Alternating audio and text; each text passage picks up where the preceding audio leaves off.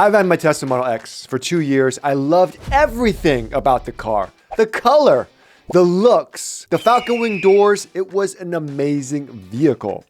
However, while other cars in the lineup, like the Model 3, were getting a nice facelift, it's a true refresh, new suspension, clean interior, completely redesigned. Overall, it looks amazing. My Model X and the Model S were just left in the dust. Now, in the beginning, when there weren't that many other luxury EVs out there, I can see why people were getting the Model X. It's bigger than a Model Y, more miles, has 2 screens, captain's chairs. It's the perfect family SUV at a luxury price, and that's what we all thought. Tesla is a luxury vehicle, right? But now, it's 2025, baby, and Tesla just refreshed the Model X. And comparing it to other cars like the BMW iX, the Mercedes EQS, the Lucid Gravity, I was like, oh yeah, when Tesla refreshes this, they're gonna cook with this one. They're gonna add all this crazy stuff to set itself apart once again from the competition, especially since they released the Cybertruck that has a higher voltage battery architecture, reverse charging, power share to power your home. And with the Cybercab, it also has induction wireless charging. So this is gonna be epic for the Tesla Model X. The f is this shit? Who in their right mind thought that this refresh was it? You get a front-facing camera. Ooh, that's nice. You don't even get a 360 view panoramic view monitoring system. It's just like digital image. RGB lighting, okay? A new pink color. Ooh, cool. Actually, it's a really nice pink color. And you get new wheels. They did say you get a slightly softer suspension. And maybe you get better seals for a slightly better, quieter ride. And I think the Model S Plaid gets like what? Slightly new seats, maybe a body kit. What the hell? And on top of that, they raised the price by $5,000. No independent rear steering. No steer-by-wire. No automatic frunk. No redesigned battery architecture for faster charging. No new battery with more miles. No nice redesigned interior that focuses on the full self-driving. No premium fabrics. No heads-up display. No digital rear view mirror. Nothing cool. There's no new tech, nothing. And the crazy thing is, a lot of this stuff I mentioned is straight from their Tesla Cybertruck. So why did they not bring that into the Model X and S? So you can see how heated I am. And I was debating whether to make this video. But I had high hopes for Tesla, right? I was like, Tesla still has what it takes to stay in the luxury segment with their Tesla Model X and S and not be a budget brand. However, congratulations, Tesla. We have officially transitioned to Tesla equals Toyota, which is, I think is totally fine. We need more budget-friendly EVs.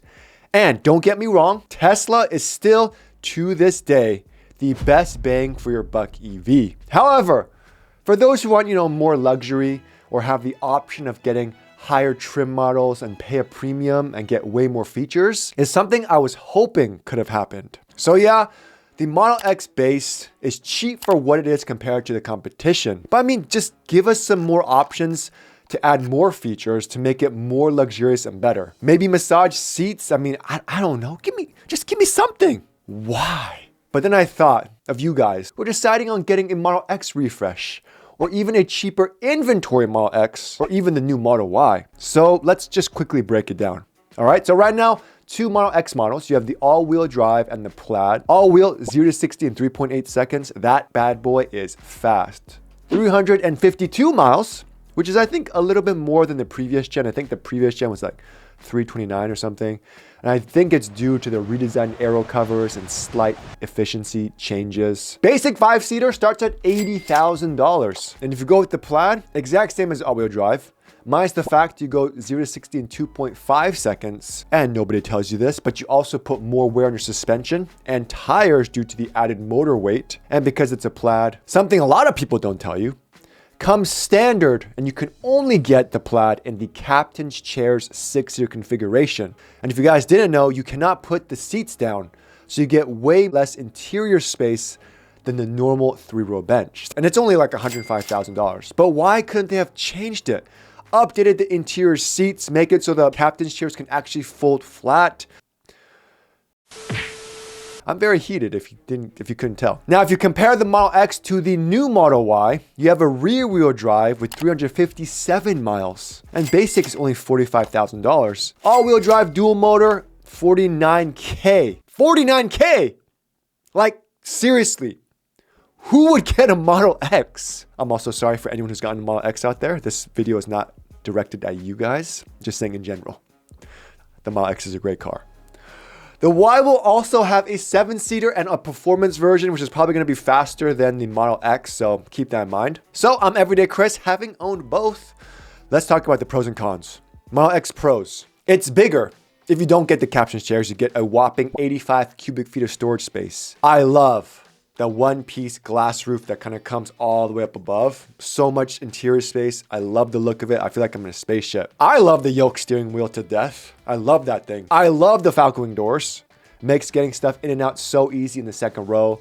I love the trunk space. I just love the look of the Model X. It's amazing. Adaptive air suspension is also a nice touch. Now the Model Y refresh pros. Super cool. Top to bottom refresh. New LED front bar. New rear that looks amazing at night. Updated fabric for a much quieter cabin. Interior lighting. Better suspension so it's smoother with good handling still. And due to the redesign, you do get more miles. Now, Model X cons. In a full-size family segment with the Lucid Gravity with 450 miles, the BMW iX with like 364, I was hoping for more miles, maybe in the 400s in the X. I mean, imagine if they released a 500-mile X, or at least give us the option to pay more for a bigger battery pack and get the 500-mile version. Once you go Cybertruck, you can't go back due to two things: steer-by-wire and independent rear steering. The competitors all have the option to have independent rear steering. The Lucid Gravity interior feels so premium, well-made. It feels like you're getting in an expensive car. And the Model X doesn't have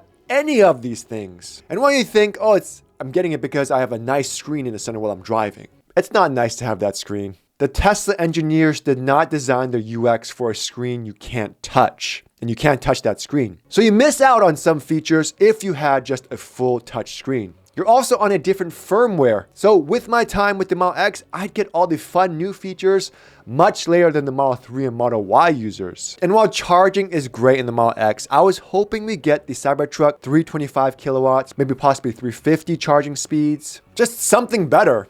We also don't have an automatic frunk. I'm super glad the Model X does have a frunk, but look at the Rivian R1S. It has an automatic frunk at the same price, and it also doesn't have a true third row. I can't fit in the back, barely. In the Rivian, the EQS, the Gravity, I can fit comfortably in the third row. And where are the outlets? No 120-volt outlet, not even one. Another thing, and I don't know if this is true or not, because I have to see. Before in my Model X, the seats in the second row are all manual. You have to manually lift it up, recline it. In order to put the second row down from the back, you have to go to the second row and put it down. So I'm hoping they possibly updated it to something that's mechanical like the new Model Y. But I don't think they did because they made that a big feature in the Model Y website, that the fact that the seats go up and down automatically moves the second row seats forward.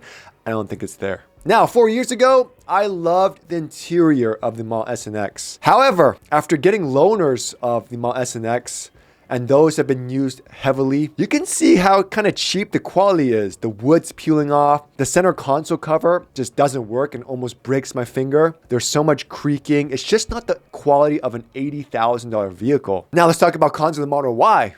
There are none because it's cheaper and it's a much better value versus a Model X. All right, so I'm sorry I'm complaining so much. I love Teslas, as you guys know. I think they're great cars. But at this point, if you're considering the Model X, I'd try and get the older 2025 model. It's way cheaper. It's pretty much the same thing minus a few minor stuff. Because I do think the Model X is good for some people. It's a great family SUV if you plan on having a lot of kids, like 2 or more kids. As long as the Falcon Wing doors work well, you don't have any problems. For me, I had the initial build quality problems, but after that, it was totally good. My friends was fine until one day the hinges just broke off the door, so they had to get it towed because they couldn't close the Falcon Wing door. Again, that's one of the issues. A lot of people also want to stay away from the Model X because the Falcon Wing door does have random issues here and there. I do love how roomy the Model X is. And I'm 6'3". The third row is great for smaller kids, and the option to have captain's chairs is great for, again, big families. You also get a nice screen to watch movies in the back. Driving and the ride quality has been great, but compared to the new Model Y, I'd say it's about the same. One thing I do love about the Model X is the light show. It's the best light show out of any Tesla, because of those super cool Falcon Wing doors. And at the end of the day, it's a Tesla. You get full self-driving, you get super easy supercharging on road trips, no hassle, no worries. You also get all the great safety and tech features. But again, look at this photo. The Model X was released in 2015. 10 years later, it looks almost the exact same. I mean, where's the Cybertruck style light bar? I thought that's what they were going to transition all the cars to, something more Cyber-esque and clean looking, no logos. Just something cool, something new that makes me say, yeah, I'm down to get the Model X refresh. So again, while it is a great car, and it's actually cheaper than the competition overall, I'd honestly spend a little bit more money for something better, like the Rivian R1S. I mean, you get way more interior space, outlets, auto frunk, better premium interior. You just get way more features at almost the same price point. I'm honestly really hoping that Tesla has some more under the hood changes they aren't telling us. But yeah, I'm just really disappointed with this Model S and X refresh. Maybe if they lowered the prices more, then it's kind of like a mid-tier, budget-friendly, full-size electric SUV, then I can see it being okay. But if I were you guys and you were deciding on something, I would get the Model Y or go for a different brand that's bigger. What do you guys think? Am I crazy? Let me know in the comments below. Let's just start a discussion. Let's just vibe out, because I'm so curious to know what you guys think of the Model X refresh.